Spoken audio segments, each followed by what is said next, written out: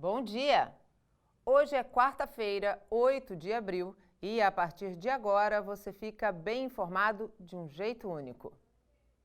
O Brasil registra mais de 100 mortes causadas pela Covid-19 em um só dia. Se ele quiser comunicar ao paciente dele, olha, não tenho nenhuma evidência, acho que poderia usar esse medicamento com tal risco. O governo do estado defende a ampliação do isolamento social. Se nós conseguirmos aumentar o distanciamento social, estava em média de 54% para 70%, o número de leitos disponíveis no estado de São Paulo será suficiente. Começa a distribuição de cestas básicas em escolas municipais de Santos para famílias carentes. São cestas bem completas, com arroz, feijão, óleo, leite, macarrão, molho, açúcar, café. Venda de pescado na Páscoa deve cair 30% por causa do coronavírus. O pessoal está ficando mais em casa e a gente acabou que facilitando um pouquinho, não cobrando a taxa de entrega, então facilita um pouquinho para o pessoal pedir para a gente aqui. O Bom Dia Cidades já começou. E você que está em casa pode interagir conosco pelas nossas redes sociais. É super simples esse caminho. Você abre a câmera do seu celular e captura o QR Code. Aí vai abrir todas as nossas opções de multiplataforma. Você escolhe a que você mais gosta, a que prefere e fica conosco até às 9 horas da manhã. Além disso, tem também, claro, a nossa linha direta com você, que é o nosso WhatsApp 98228-8219. E pela primeira vez desde a confirmação do primeiro caso do coronavírus no Brasil, o país registrou mais de 100 mortes em um só dia. Em entrevista coletiva, o ministro da Saúde falou sobre o uso da hidroxicloroquina para pacientes com os primeiros sintomas da doença. A prescrição médica no Brasil, a caneta e o CRM do médico, está na mão dele. Se ele quiser comunicar ao paciente dele, olha, não tenho nenhuma evidência, acho que poderia usar esse medicamento com tal risco, podemos ter isso, e se responsabilizar individualmente, não tem óbice nenhum, ninguém vai reter receita de ninguém. Agora, para que nós possamos, no Ministério da Saúde, assinar que o Ministério da Saúde recomenda que se tome essa medida, logo nós precisamos um pouco mais de tempo para saber se isso pode se configurar numa coisa boa ou se isso pode ter algum efeito colateral. Já o presidente do Banco Central, Roberto Campos, destacou o papel do governo no aspecto econômico, inclusive comparando as ações no país com os Estados Unidos. Na parte de folha de pagamento, vamos começar a estar operacional essa semana. Vale lembrar que se a gente pegar, eu tenho aqui o programa PPP, que é o programa feito pelos Estados Unidos, só o período de análise é 30 dias, então a gente está fazendo uma coisa em 10, 11 dias que os Estados Unidos vai fazer em 30. Então eu queria um pouco só esclarecer essa parte. Eu sei que existe uma ansiedade muito grande de todos para que o recurso chegue rápido na ponta, mas eu gostaria de dizer que se a gente comparar o Brasil com o resto do mundo, nós fomos rápidos, eficientes e grandes. Eu concordo com os dois ministros. Primeiro, o ministro da Saúde, ao dizer que é preciso, sim, cautela, para que se libere o uso da hidroxicloroquina para pacientes com sintomas iniciais. É um remédio utilizado para tratamento de outras doenças que afetam diretamente o sistema autoimune, como lúpus e artrite reumatoide. Precisa ser investigado mais a fundo, sim, quais são os efeitos colaterais, porque de nada adianta a gente resolver agora para, num futuro, essas pessoas tratadas com a hidroxicloroquina terem problemas sérios de saúde. Do ponto de vista econômico, eu também concordo com o ministro quando ele diz que é preciso um pouco mais de calma. A gente entende que o momento é um momento de muita preocupação. A nossa economia foi duramente afetada, como a economia mundial foi duramente afetada, mas assim como rege a cartilha, a ajuda tem que vir de cima. Veio de cima. As primeiras ações já estão sendo postas em prática e certamente o governo federal tem estudado, porque o seu grupo de ministros é um grupo de ministros bastante competente, tem estudado a melhor forma e a forma mais ágil de fazer a ajuda chegar a quem efetivamente precisa. E o governo do estado acredita que se o isolamento social, que hoje está em 54%, for ampliado para 70%, a demanda atual de leitos para o combate da Covid-19 vai ser suficiente. A tese é do coordenador do Centro de Contingência do Coronavírus em São Paulo e médico infectologista Davi Wipp. Para ele, os leitos no estado oferecidos para o tratamento da Covid-19 vão ser suficientes para a demanda da crise, desde que seja ampliado o distanciamento social. Vale destacar que, atualmente, 17 mil exames aguardam confirmação para coronavírus. Se nós conseguirmos aumentar o distanciamento social, estava em média de 54% para 70%, o número de leitos disponíveis no estado de São Paulo será suficiente para essa primeira onda epidêmica. Se nós não aderirmos a esta proposta do estado, nós teremos maiores dificuldades com leitos. Lembrando, eu venho me referindo isso desde o começo, que 80% dos casos serão assintomáticos ou pouco sintomáticos. 20% serão doentes de gravidade variada, mas 5% necessitarão de ambiente de terapia intensiva. Quanto mais nós pudermos abaixar esta linha de tendência, achatarmos a curva e distanciarmos os casos graves, melhor para o sistema, melhor para o número de leitos e melhor para o grupo de pessoas que trata desses pacientes. O governador de São Paulo, João Dória, anunciou que o estado vai implantar a partir do dia 17 o programa Alimento Solidário. O investimento inicial de 110 milhões de reais partiu do setor privado, entre empresas nacionais e internacionais. A cesta contém arroz, feijão, lentilha, leite em pó, sardinha, charque, linguiça, ervilha, macarrão, milho verde, sal, açúcar, farinha, fubá, molho de tomate, mistura para bolo, óleo e biscoitos. E aqui em Santos, começou a distribuição de cestas básicas em escolas municipais para famílias carentes. Sem fila, sem aglomeração, o pessoal retira as cestas. Para não carregar peso, a Maiara, mãe de 3 filhos, levou o carrinho de bebê para levar a dela para casa. Vai ser uma baita ajuda. Essa cesta chegou em boa hora? Com certeza. Vai ajudar em casa? Oh, sim, muito. As cestas são completas e ainda ganha um ovo de Páscoa. São cestas bem completas, com arroz, feijão, óleo, leite, macarrão, molho, açúcar, café, atum em lata, sardinha em lata. Para receber a cesta é preciso estar cadastrado no Bolsa Família. São 5.500 cestas que vão ser distribuídas para famílias de alunos da rede municipal de ensino. São 41 escolas na rede que vão se tornar polos de distribuição. E vai funcionar assim: o pessoal da escola vai entrar em contato com as famílias e vai marcar uma hora para que a cesta seja retirada. Isso para evitar filas e aglomerações. Foi uma ação conjunta entre a Secretaria de Educação e a Secretaria de Desenvolvimento Social, porque essas famílias estão cadastradas na Secretaria de Desenvolvimento Social. A gente cruzou os dados com os alunos da rede municipal e encontramos essas famílias. Cada escola de porte dessa lista fez contato com as famílias e marcou o dia e horário para que eles fossem até a unidade de ensino e retirassem a cesta. Basta aguardar o contato da escola. Quem ainda não recebeu o contato, a gente vai fazer esse contato aí até o final da semana. E o Sindicato do Comércio Varejista da Baixada Santista espera 30% de queda nas vendas de pescado na Páscoa. É mais um reflexo da pandemia do coronavírus. A entrega em domicílio é a saída para tentar reequilibrar o caixa.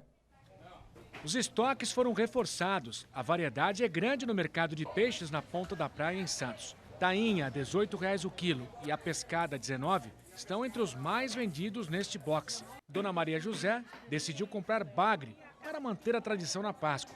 O preparo vai seguir uma receita nordestina. Vai ser feito no coco, tiro de dentro do coco, quebra o coco, tiro o coco dentro, bato no liquidificador Aí coco, uma peneira e preparo o primeiro peixe e aí eu jogo o molho do coco e vai para a panela. Donos de boxes garantem que a maioria dos clientes desapareceu por causa da quarentena do coronavírus. Neste aqui, a saída para melhorar as vendas é a entrega em casa, que já representa metade dos negócios. Porque o pessoal está ficando mais em casa e a gente acabou que facilitando um pouquinho, não cobrando a taxa de entrega, então facilita um pouquinho para o pessoal pedir para a gente aqui. Neste vídeo enviado ao jornalismo da Santa Cecília TV, o presidente do Sindicato do Comércio Varejista da Baixada Santista, Omar Assaf, diz que a expectativa é de queda de 30% nas vendas de pescado em comparação com o ano passado. Como as pessoas com a quarentena não estão se juntando, não estão se confraternizando, provavelmente vai ser uma das piores Páscoas que a gente já teve, que é um evento muito forte, que ele envolve a família está toda reunida para comemorar. E, infelizmente, esse ano vai ser a Páscoa do coronavírus. A gente espera que passe e que essa Páscoa venha abençoar a todos e a gente possa, depois da Páscoa, estar voltando ao movimento normal. É um período necessário para que a vida vença esta guerra. E a vida, ela vai vencer. Vai ser uma Páscoa não ruim, mas uma Páscoa diferente, onde os encontros vão precisar da tecnologia para acontecer. Mas o que o coração liga, eu costumo dizer, que distância não desliga. E os pedidos de comida pronta por delivery têm sido também a saída para quem não tem tempo ou não cozinha. A partir de agora, na reportagem de Patrícia Nunes, vamos mostrar como tem sido a adaptação de restaurantes para atender a esta clientela em tempos de quarentena. Álcool em gel é o principal ingrediente na cozinha. Só depois de higienizar bem as mãos, Igor prepara um dos pedidos no ambiente já higienizado. A burrata trufada, feita de mussarela de búfala e o toque especial, azeite trufado. A opção é uma das principais entradas do restaurante. O chefe de cozinha explica que os cuidados com os alimentos foram redobrados em tempos de coronavírus. A gente já trabalha com um alto padrão, né, de higiene, e isso que a vigilância nos indica. Agora, nesse período, a gente aumentou ainda mais isso e a cobrança é cada vez maior pela própria gente quando está manipulando o alimento. O empresário e dono do restaurante que fica em Santos, André Perrella, conta que houve mudança nos padrões de higienização do estabelecimento. O cuidado vem desde quando o funcionário chega ao restaurante, ele já faz, né, o procedimento de higienização antes de entrar na cozinha. Quando ele entra na cozinha, ele faz todo o procedimento que é recomendado de higienizar os braços, as mãos, depois lavar toda a praça, né, de preparo, onde os alimentos vão ser preparados, o cuidado também com os alimentos. Isso a gente sempre teve, mas agora com certeza a gente redobra, né, esse tipo de procedimento. Com a determinação de fechar os restaurantes para diminuir o risco de contaminação, André também precisou se adaptar à nova realidade. E agora só atende através de uma plataforma digital exclusiva para entrega. O restaurante agora ele fechou suas portas para o público, mas manteve, né, a cozinha aí aberta ao delivery. Então a gente tem o cuidado também de receber os entregadores que vêm até o restaurante buscar, né, os pedidos. Temos o cuidado de entregar as maquininhas das pessoas que passam aqui e fazem o pedido. A gente leva o álcool em gel, a gente higieniza a maquininha, a pessoa faz o pagamento, a gente volta a higienizar. Então a gente tem todo um cuidado, né, agora com a cadeia como um todo, né, desde a chegada do nosso funcionário até a saída do produto em si. José é motoboy.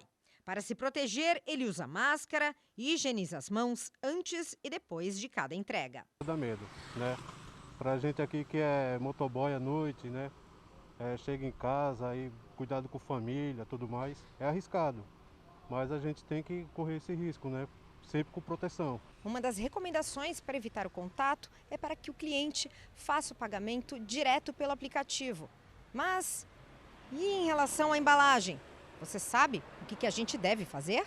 Quem responde é o médico infectologista Evaldo Stanislau. Quando você chegar com compras e sacolas da rua, você deixa essas compras, essas sacolas num canto da sua cozinha, da sua área de serviço, tire as coisas que estão dentro, você pode passar um pano umedecido com álcool 70 ou outra substância para limpar e guardar essas embalagens.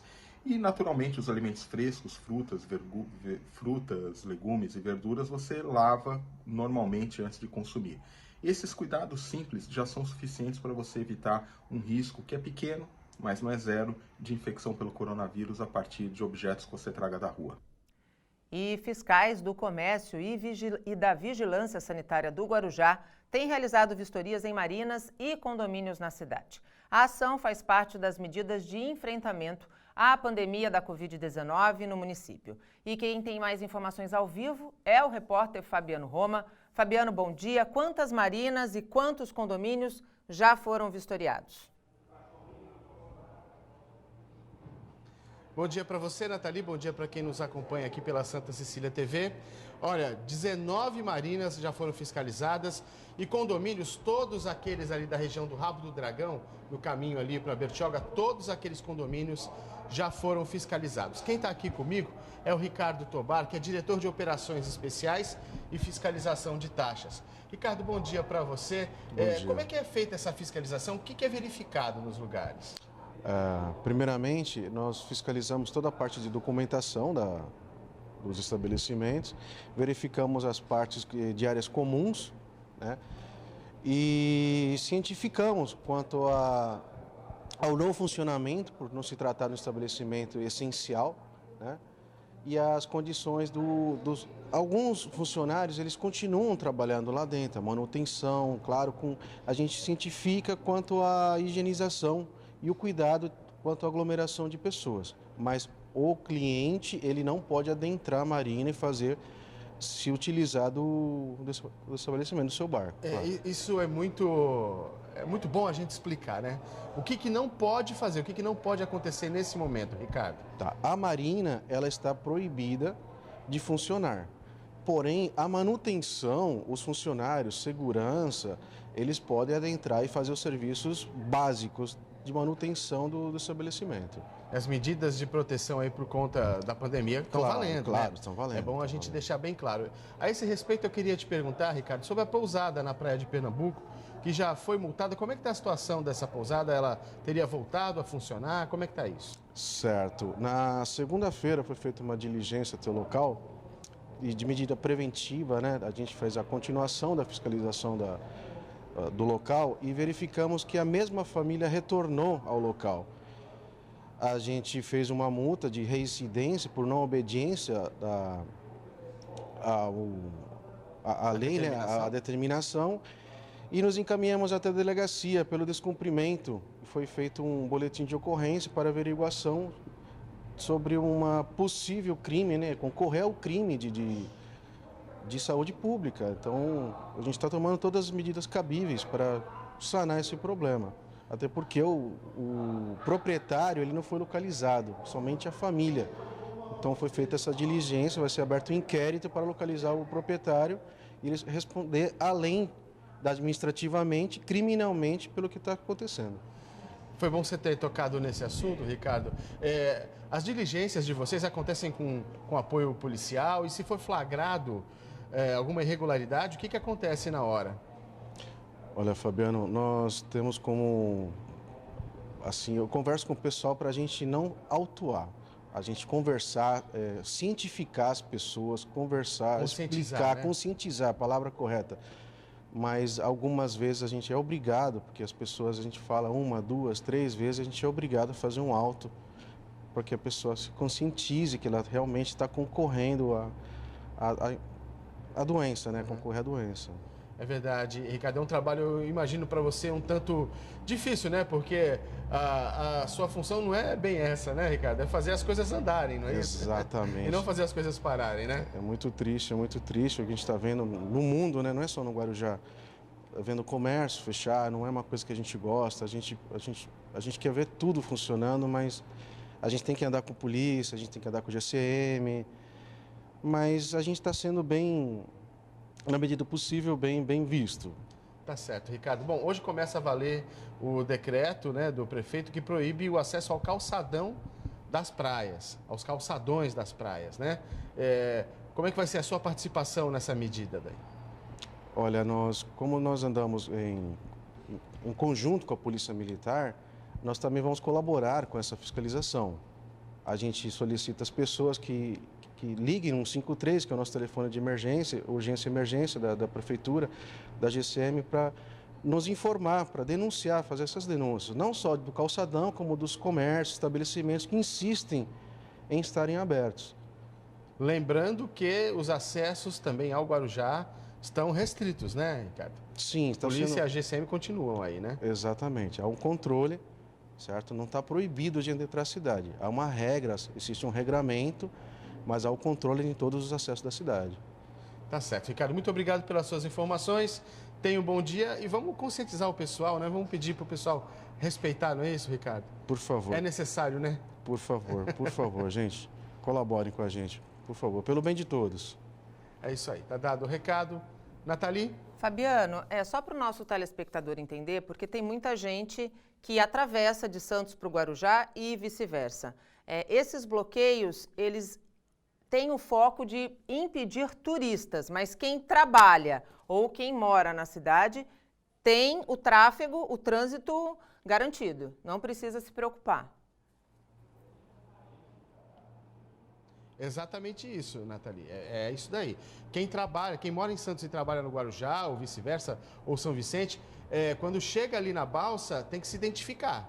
Tem que ter a sua identificação, tem que comprovar que está indo para o trabalho, aí sim tem o acesso liberado. Inclusive, a gente, tá? O pessoal da imprensa, hoje, a gente passou pela verificação.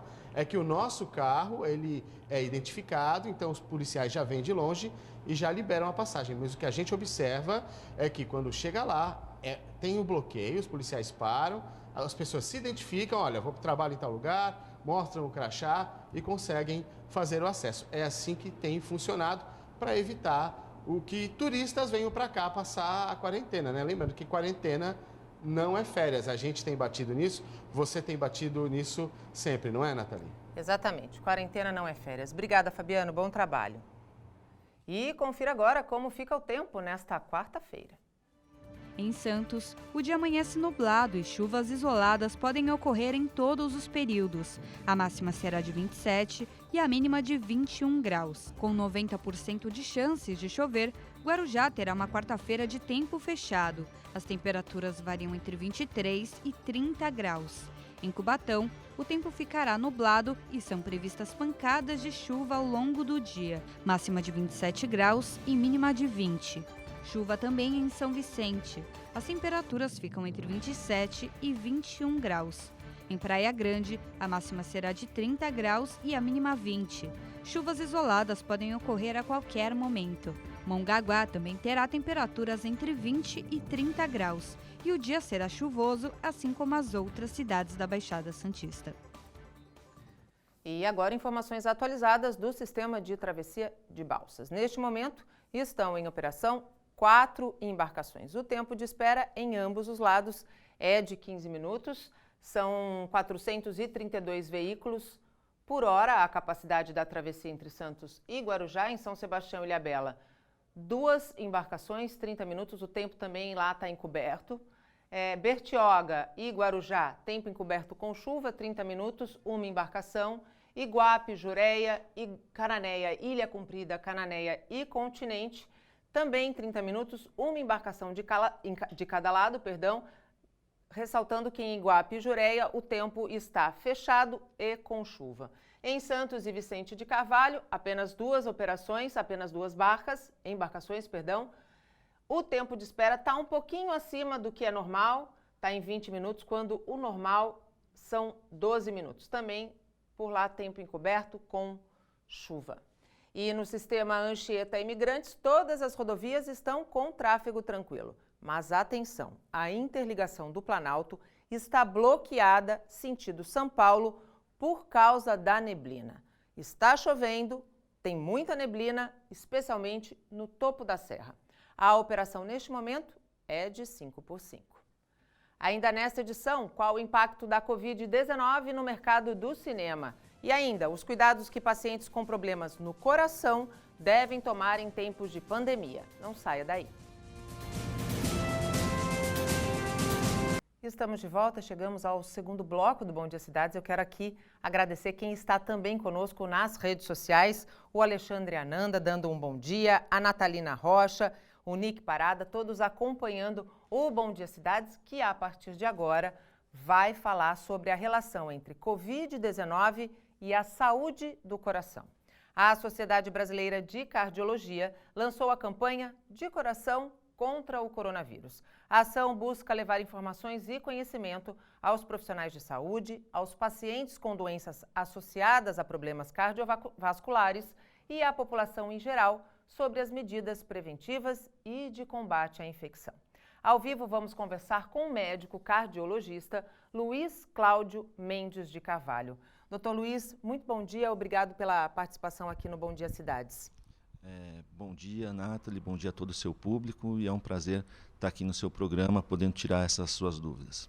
Doutor Luiz Cláudio, a gente sabe que hipertensão e diabetes são fatores de risco para a infecção do coronavírus. Quem tem problemas cardíacos também precisa ter cuidados especiais em meio à pandemia? Sim, Nathalie, como você falou, a hipertensão e o diabetes, eles são fatores de risco para as doenças cardiovasculares. E essa população ela já tem um risco aumentado de mortalidade quando contrai o coronavírus. As patologias cardiovasculares, e quando a gente fala em patologias cardiovasculares, nós falamos de infarto agudo do miocárdio, insuficiência cardíaca e doenças cerebrovasculares, como por exemplo o AVC, também é um grupo que tem um coeficiente de mortalidade aumentado em relação ao restante da população. Então é fundamental que essas pessoas tenham sim atenção redobrada nos seus cuidados de saúde. Posso chamá-lo de você? Pode, fique à vontade. Quando você fala aumento da taxa de mortalidade, a gente tem uma taxa média desse aumento? Qual é a taxa de letalidade em pacientes que têm problemas cardiovasculares e que podem estar suscetíveis ao vírus? Nos estudos chineses, que é onde tem a maior corte de pacientes atualmente, você tem uma taxa de letalidade em doenças cardiovasculares na ordem de 10,5%. É muito alta. É alto. Pacientes com hipertensão, eles têm 6% de taxa de mortalidade. Os diabéticos, 7,3%. Logicamente que essa taxa de letalidade ela vai aumentar também conforme a idade e conforme todas as comorbidades que esses pacientes apresentam. Como é que a Sociedade Brasileira de Cardiologia pretende fazer chegar ao público-alvo da campanha todas as informações já preparadas? O objetivo, quando você faz uma campanha dessa, ela preparou um site, né, que é o coronavírus.cardiol.online, onde é disponibilizado ao público leigo, ao público em geral, informações de qualidade e com confiança em relação a essas informações. Então, principalmente através do site e das redes sociais da Sociedade Brasileira de Cardiologia, tanto Facebook, Instagram. Então, o objetivo maior é disseminar através das mídias sociais e do site. Até porque a gente está vivendo tempos de isolamento, não é, doutor? É verdade, e aí a gente tem que usar a mão dessas ferramentas. Pegando o gancho do isolamento, na sua opinião, como médico, há especialistas que defendam o isolamento vertical, o que faria com que gradativamente esse isolamento fosse afrouxado. Na sua opinião, estamos no momento de afrouxar este isolamento ou é importante que as pessoas de fato fiquem em casa? Eu acho que assim, como médico, a recomendação é que as pessoas elas permaneçam isoladas em casa, que o distanciamento social ele seja mantido. Por quê? Quando a gente pensa na pandemia, a gente está ainda numa fase de contenção e mitigação de risco, ou seja, a gente quer minimizar os riscos que podem ocorrer com a síndrome do coronavírus. Então, é fundamental que a gente tenha esse tempo para preparar todo o sistema de saúde para poder receber os pacientes quando eles forem infectados. Porque se trata de uma síndrome que ela tem uma alta transmissibilidade e uma alta infectividade. E o distanciamento social ele já provou que há uma redução, sim, da transmissibilidade nesse momento. Então, eu acho que assim, até para que possa haver uma preparação mais adequada do sistema de saúde e que ele não entre em colapso, eu acho que ainda é fundamental que a gente mantenha o distanciamento social, sim. Doutor, quando o senhor fala da importância do isolamento social, muita gente ainda não compreendeu essa importância. Especialmente aqui em Santos, a gente ainda flagra muitas pessoas, especialmente os grupos de risco, que são especialmente pessoas mais velhas, idosos, passeando ou encontrando razões para sair de casa sem necessidade. Para essas pessoas, é importante deixar claro que o risco a esse grupo é muito maior, né, doutor? Com toda certeza. Quando a gente pega as entrevistas do próprio Ministério da Saúde, a gente vê que principalmente os pacientes que apresentam maior mortalidade são aqueles que estão acima de 60 anos, ou seja, a população idosa que tem um percentual muito grande aqui na Baixada Santista, e pacientes que têm problemas cardiovasculares e diabéticos. Esses são os principais grupos de risco, né? Que são acometidos aí com maior taxa de mortalidade. Então é fundamental que essas pessoas, elas sim, permaneçam em isolamento. Vale lembrar também, como o senhor bem colocou, a questão da importância deste planejamento prévio de leitos, até porque outras doenças vão seguir aparecendo, pessoas em tratamento precisam continuar os seus tratamentos, porque senão a gente vai ter uma reação em cadeia muito negativa. Isso é verdade. Na realidade, o sistema de saúde ele não é preparado para pandemias, né? Isso é uma situação excepcional. Então, isso leva a uma sobrecarga do sistema. Mas pacientes que têm infarto, pacientes que têm AVC, pacientes com câncer, com outras patologias agudas, eles continuam utilizando o sistema hospitalar. E eles vão ter que dividir leito com os pacientes acometidos pelo coronavírus. Com relação à medicação, doutor, quem faz uso de medicação contínua e nesse período, por exemplo, a medicação acaba, como deve proceder? Não pode se automedicar e nem deixar de tomar medicação, né, doutor? Não, ontem inclusive eu fiquei sabendo que foi votada na Câmara dos Deputados um projeto de lei que na realidade ele aprovou por prazo indeterminado a validade das receitas de medicamento de uso contínuo e não controlado. Então as pessoas que fazem uso de medicação contínua e não controlada, elas podem ir na farmácia, elas podem solicitar o seu remédio sem problema algum. Para as medicações que são controladas, né, como antibióticos, medicações de tarja preta, essas receitas elas ainda continuam com o seu prazo de validade. Quando eventualmente faltar um medicamento desse, a pessoa na realidade ela deve ligar para o seu médico ou eventualmente, se puder, ir no consultório para que na realidade seja aviada essa receita para que ela não pare a medicação. Em relação à automedicação que você falou, a gente nunca estimula a automedicação. Porque, na realidade, quando a pessoa faz uso de automedicação, às vezes ela pode ter desde simples reações alérgicas, né, a intoxicações medicamentosas e... agravar o quadro, né? Exatamente. Às vezes a pessoa ela tem uma patologia de base, ela não sabe, ou ela já toma algumas outras medicações. Quando ela se automedica, isso causa uma interação medicamentosa, em alguns casos pode ser até fatal. Há uma grande polêmica envolvendo a postura do ministro da Saúde, Luiz Henrique Mandetta, que não se sente confortável em assinar um protocolo liberando a hidroxicloroquina para pacientes que estão na fase, vamos dizer, inicial da Covid-19. No caso, são duas perguntas, na verdade. No caso dos cardíacos, a hidroxicloroquina ela pode ser utilizada e qual é a sua opinião como médico a respeito do uso desse medicamento? Eu vou começar pela última e eu acho que assim, a gente não tem tempo para desenvolver estudos em larga escala e com o rigor científico. Então, assim, a gente está no meio de uma pandemia. A hidroxicloroquina, segundo alguns relatos, ela tem se mostrado efetiva nos pacientes logo já nas fases iniciais da afecção da doença. Então, assim, eu sou favorável à utilização, sim, nas fases iniciais. Logicamente, isso é preciso de um acompanhamento médico e que esse paciente seja tratado no ambiente hospitalar. Em relação aos cardiopatas, aos portadores de doenças cardiovasculares, o que a gente tem que falar? Depende. Por quê? Porque, na realidade, a medicação ela tem, às vezes, um efeito que a gente chama de pró-arritmia. Ele pode causar algumas arritmias.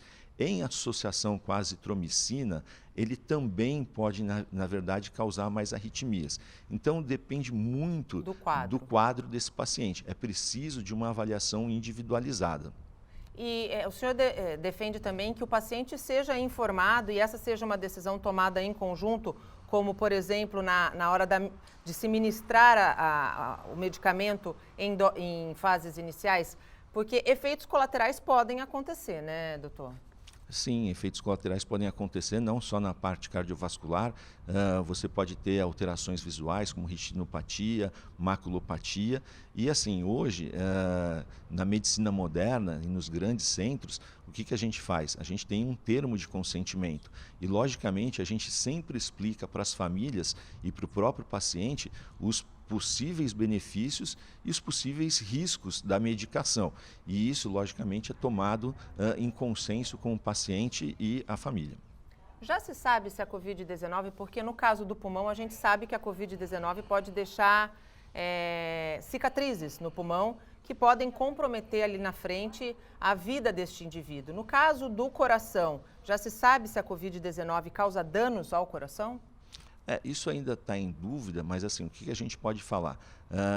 O coronavírus, né, na realidade, quando vem a síndrome, na realidade ele é uma síndrome inflamatória. E essa síndrome inflamatória, nos primeiros dias, às vezes a pessoa não tem sintoma. Quando ela vai começar a desenvolver os sintomas entre o 5º, 8º, 9º, 10º dia, na realidade você tem uma baita tempestade inflamatória. Essa tempestade inflamatória no coração, ela pode causar uma reação autoimune, levando a um processo que a gente chama de miocardite e às vezes a pessoa pode ter também algumas arritmias. Nos pacientes, em geral, as miocardites, elas se resolvem e não ficam grandes cicatrizes. Porém, em pacientes que são cardiopatas, que têm doenças cardiovasculares, ele tem uma reserva miocárdica do músculo do coração mais reduzida. Com a alta demanda metabólica causada pela inflamação da síndrome do coronavírus, isso pode fazer com que esse paciente ele evolua com choque cardiogênico e muitas vezes também tenha infarto do miocárdio no decorrer da doença. Aí sim esse paciente fica com uma sequela, mas outras sequelas ainda não dá para a gente afirmar com toda certeza. Bom, eu acho que o grande recado que fica desse nosso bate-papo, doutor, é a importância de se cuidar, de manter a medicação, de ficar em casa e também de ter a alimentação correta nesse momento de isolamento social, né, doutor? É verdade. Na realidade, assim, para que a gente tenha uma imunidade melhor, é fundamental que a gente tenha algum tipo de atividade física regular, que a gente tenha uma boa noite de sono. Em tempos de isolamento social, é fundamental que a gente tenha uma saúde mental e psicológica, né? Controle o estresse, tanto emocional quanto psicológico, e a gente tem uma alimentação adequada, né? Suplementações de vitamina D, elas melhoram a imunidade. E o que a gente diz que, na realidade, a gente tem alimentos que são imunomoduladores, ou seja, são alimentos que aumentam a imunidade e diminuem a resposta anti-inflamatória, protegendo a gente de eventuais doenças. E esses alimentos que são imunomoduladores, né, eles são ricos em vitaminas, seja vitamina D, seja vitamina A, vitamina E, zinco e selênio. E quais são esses alimentos? São alimentos que a gente encontra em qualquer natura. Lugar. Exatamente. Então é fundamental que a gente tenha sempre uma alimentação baseada em verduras, hortaliças, fibras, grãos, né? Ter uma alimentação também com frutas, isso é fundamental. Doutor, muito obrigado pela tua participação, pela tua disponibilidade de estar conosco aqui nesta manhã. Bom dia. Eu que agradeço. Muito obrigado. Bom dia. E a gente vai para um rápido intervalo. Em instantes, tem as últimas informações no nosso Destaque da Hora do Santa Portal. Não saia daí. Agora são 8h44 e eu não vou esquecer desta vez, não vou deixar passar. Eu quero agradecer, a gente está chegando no último bloco do Bom Dia Cidades. Quero agradecer aqui quem está com a gente, Luiz Antônio Costa Penha, o José Carrião Garcia, o Paulo Queiroz, Rafael Batalha, Fernando Melo, todos com a gente aqui até às 9 horas da manhã, através das nossas redes sociais.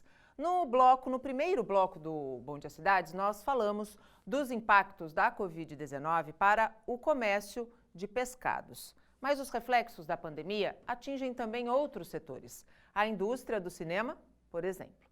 Filmes deixaram de ser produzidos, lançamentos foram adiados e o fechamento das salas em todo o mundo já causam prejuízos bilionários. No Brasil, o lançamento de 2 filmes polêmicos, A Menina que Matou os Pais e O Menino que Matou Meus Pais, foi adiado por tempo indeterminado por causa da pandemia do coronavírus. Ambos narram a visão dos envolvidos no crime cometido em outubro de 2002, quando Suzanne von Richthofen planejou o assassinato dos pais. A criminosa é interpretada pela atriz Carla Dias e tinha estreia marcada para o dia 2 de abril. Mas o adiamento não é o único impacto causado pela pandemia. É o que explica o crítico de cinema André Azenha. Os festivais que precisaram se reprogramar, né, principalmente os festivais que vão acontecer em março, abril, maio, junho. Inclusive o Santos Film Fest, a gente já reprogramou, está tentando ver uma data entre agosto e outubro se essa crise passar. Mas o segmento artístico como um todo, né, o cinematográfico, de shows, teve que ser modificado, adiado e a gente vai ter que esperar. A Disney, maior estúdio de Hollywood, decidiu adiar o lançamento do longa Mulan para o segundo semestre de 2020. O mesmo vai acontecer com o filme Viúva Negra.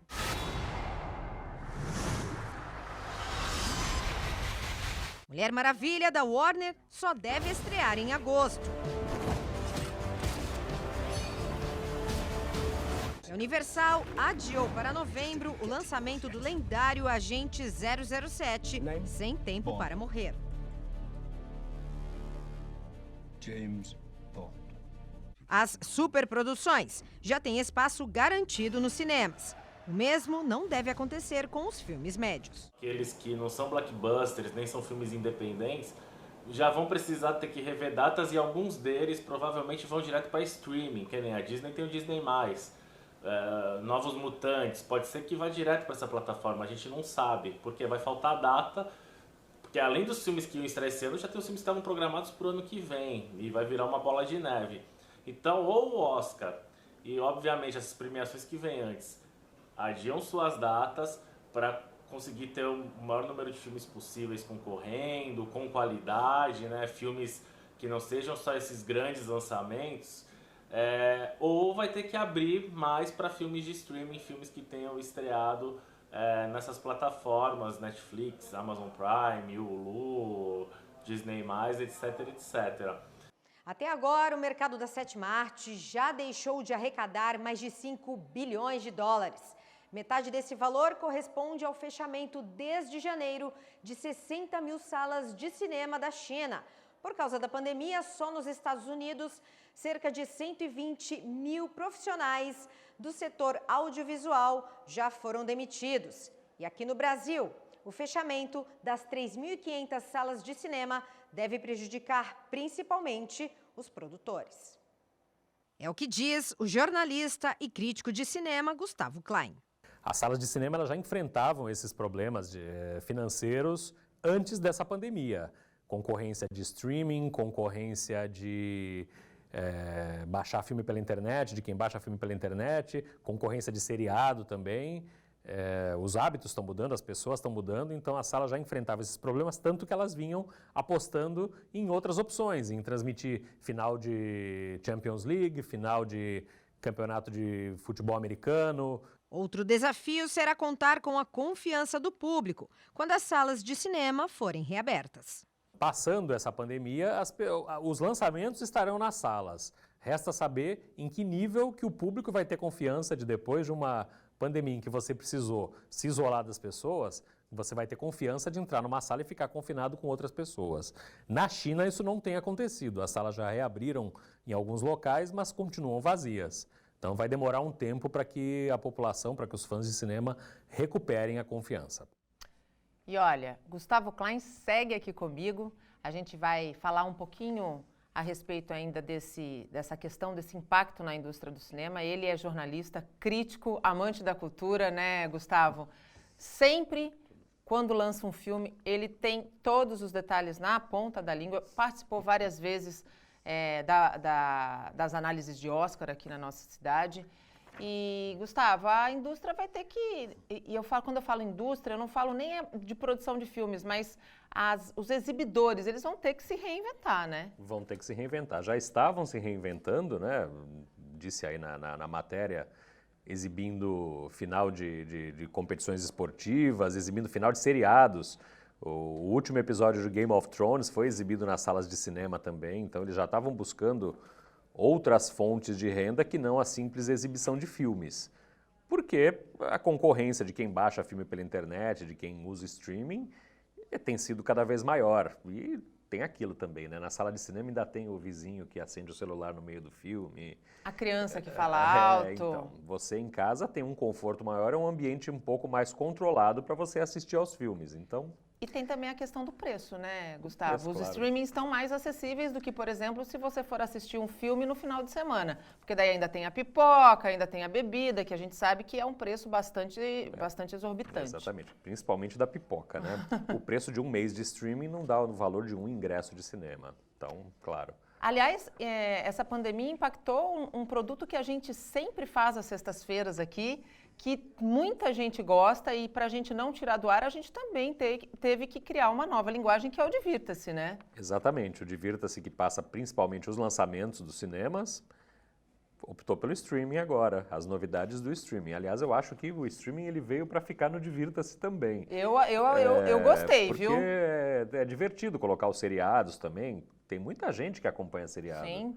Eu acho que hoje em dia até mais do que os filmes. A inteligência da indústria do entretenimento ela foi muito para a televisão. O cinema está dominado por blockbusters, por filme de super-herói, por coisas mais comerciais, e os filmes mais inteligentes, os filmes alternativos, críticos, eles estão na televisão, então no streaming. Vamos falar de coronavírus agora. Dados. Brasil, 14.049 casos, com 688 mortes. como é que está a curva? Você estava analisando a curva antes da gente entrar aqui no ar, um pouquinho antes do jornal começar. A gente está começando a achatar ou ainda não? Segundo o Ministério da Saúde. Ainda está subindo, ainda está em ascensão a curva aqui no Brasil, mas ela está numa ascensão muito menos acentuada do que em outros países. Eu estava mostrando até para ti um pouco antes de entrar a curva dos países, né? O Brasil ele tá numa ascendente, mas ele está numa ascendente ali. Talvez seja possível, se esse isolamento for mantido, claro, né? Vale dizer que essa curva ela não está pior porque nós estamos fazendo as medidas de isolamento social foram tomadas muito cedo. Sim. Nos Estados Unidos a curva é praticamente vertical. É quase 90 graus. É quase de 90 graus. Eles têm quase 400 mil casos. Estão chegando hoje aos 400 mil casos. Coronavírus. O segundo lugar no mundo tem 120 mil, que é a Espanha. É quase 4 vezes mais, Exatamente. né? É um negócio assustador, justamente porque não levaram a sério essas recomendações de isolamento social desde o começo. Então, o Brasil parece que, se mantiver esse isolamento social por mais um tempo, vai ser possível que a curva estabilize assim. E que seja possível aí tratar as pessoas ao longo de um tempo maior, mas dentro do limite, da capacidade do serviço público, do sistema de saúde. Porque senão o sistema vai entrar em colapso. Vai entrar em colapso. Vamos falar um pouquinho dos casos no mundo. Você estava dizendo que demoramos de 4 a 5 meses para chegar no 1 milhão de casos. Agora, em pouco menos de 3 semanas, alcançamos uma marca maior. Então. Os primeiros casos começaram em dezembro, lá na China, né? Os primeiros relatos do vírus misterioso lá na China, na província de Wuhan. De dezembro até o final de março, a gente chegou em 1 milhão de casos, quer dizer, demorou aí dezembro a janeiro, a fevereiro, a março, 3 meses para se chegar em 1 milhão de casos. O que aconteceu na última sexta-feira. De sexta-feira para cá, já foram 446 mil casos novos, quase meio milhão de casos em 5 dias. Muito ligado ao aumento nos Estados Unidos também, né? Principalmente. Lá está completamente fora de controle no momento. Os Estados Unidos estão entrando numa recessão pesada por causa do coronavírus também, um fator que ameaça, inclusive, a reeleição do Donald Trump. A reeleição do Trump, sem dúvida nenhuma. Falar um pouquinho dos navios, houve repatriação dos 3 navios que estão atracados aqui no porto? Isso, exatamente. São 3 navios da MSC, né, o Civil, o Música e o Poesia, e um navio australiano, o Scenic Eclipse, que também ancorou aqui para repatriar. Sim. Foram 107 pessoas repatriadas. Nesses 4 navios não há casos nem suspeitos de coronavírus. Então, eu acho até que é uma medida humanitária. Sim. Das autoridades de permitir. Nós mostramos aqui o caso de 2 santistas que estão presos no navio lá na Itália ontem, e a única coisa que eles querem é voltar para casa. Pois é. Então, permitir que esses navios ancorem aqui e os tripulantes tomem aviões e voltem para suas casas para estar com as suas famílias nesse momento, é uma boa medida, na minha opinião. Aqui na nossa região, a gente tem 2 impactos do coronavírus. A partir de hoje, Zona Azul, cobrança está suspensa, é isso? Suspensa, uma medida de bom senso, afinal de contas, a Zona Azul foi criada para colocar alguma ordem naquela bagunça que é o estacionamento em locais ali onde o comércio é muito forte, o Centro, Boqueirão, Gonzaga, e hoje em dia não tem fluxo e vai penalizar os prestadores de serviços essenciais que estão trabalhando nesse momento e que iam ter que pagar ali a Zona Azul, então suspenso até segunda ordem. 90% dos contratos de trabalho, o que representa 22.500 pessoas, tiveram os seus contratos suspensos na região, no segmento dos bares, restaurantes e hotéis. Isso, exatamente. É daquela MP 936 que permite que durante 2 meses esses contratos sejam suspensos. Os funcionários vão receber uma ajuda do governo durante esse período. Que é o seguro-desemprego. Seria o seguro-desemprego sem que o contrato seja rompido, mas ficam acolhidos durante esse período mais crítico e depois o contrato é retomado. Na noite de ontem, o governo autorizou saque do Fundo de Garantia? Exatamente, R$ 1.045, mais um saque. Ele independe daqueles outros saques que foram feitos, de R$ 998 agora no governo Bolsonaro, medida que também foi adotada pelo presidente Michel Temer anteriormente. É um novo saque de R$ 1.045 de contas ativas e inativas. Ainda não foram divulgadas, Nathalie. O calendário. Nem o calendário, nem as regras de como esse dinheiro vai ser liberado. Essa é uma preocupação grande, porque eu me lembro, nos primeiros dias em que liberaram o Fundo de Garantia, as agências da Caixa Econômica Federal lotadas de gente. Então, quer dizer, de repente se adota aí uma medida em que quem já liberou na outra ocasião possa simplesmente retirar no caixa, enfim, tem que ser feita alguma medida para evitar que exista essa aglomeração. E controle de acesso, né? Controle de acesso, sem dúvida nenhuma. Já está acontecendo, mas aí vai demorar meses aí para que as pessoas consigam retirar. Isso é verdade. Autorizou saque de fundo de garantia e extinguiu o PIS/PASEP. Extinguiu o PIS/PASEP também. Não tem a ver com o coronavírus, mas é uma boa notícia. Quer dizer, indiretamente tem, né? Mas é uma boa notícia para quem usa o sistema Anchieta Imigrantes. O pedágio vai ter tarifa reduzida num determinado horário. Isso, é das 9 da noite, se não me engano, até 6 da manhã, tarifa reduzida em 10%. Um acordo aí que foi feito pela Ecovias com as autoridades, em virtude de alguns problemas jurídicos que a empresa enfrentou aí, algumas medidas judiciais que foram tomadas. Essa é uma das compensações, vai haver também pagamento de multa por parte da Ecovias.